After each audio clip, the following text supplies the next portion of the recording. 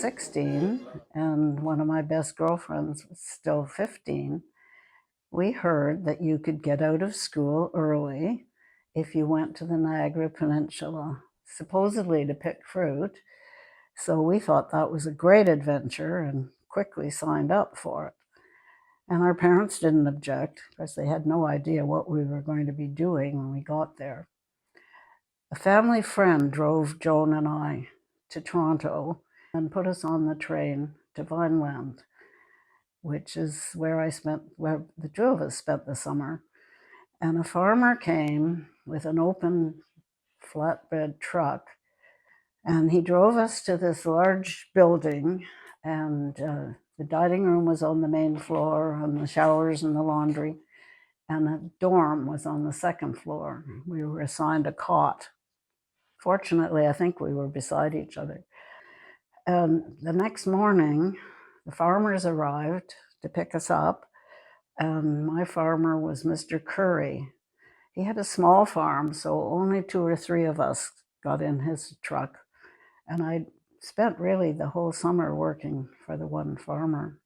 The first thing I remember doing was planting tomatoes on my hands and knees over this rough terrain. But I eventually got to drive his tractor, even though I wasn't driving a car yet. And once the high schools finished in Toronto, a lot of younger girls came our age, and they moved the young ones out to a bunkhouse. And I snagged a top bunk. So I always liked to be up high. So that was a lot better, really, and we made some good friends. We did eventually pick cherries, and I fell out of the tree a few times, ate too many cherries with the result you can imagine. And then we had a hiatus between cherries and maybe peaches coming ripe. Joan and I stayed right through till Labor Day. Some girls gave up early, found it too much. The only problem for me was the sun. Because I was fair, I burnt like crazy.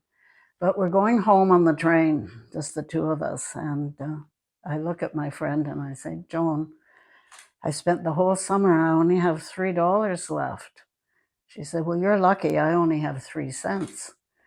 But we used to hitchhike all over, especially into St. Catharines, where they had a wool shop, and I'd purchased a lot of wool to knit sweaters.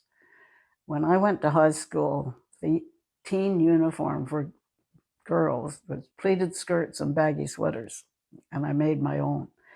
And then we hitchhiked to Buffalo, of all things. Her grandmother lived there, so we went crazy shopping. So yes, we didn't have much money, but we had our fall wardrobe. I bought a long skirt in Buffalo that I had to waddle to walk. Well, my mother didn't approve of me because my bangs were down like this, and I wasn't going to sit at the table until I got them out of my eyes. And I had also learned to swear. It was my coming of age going to Farmerette camp.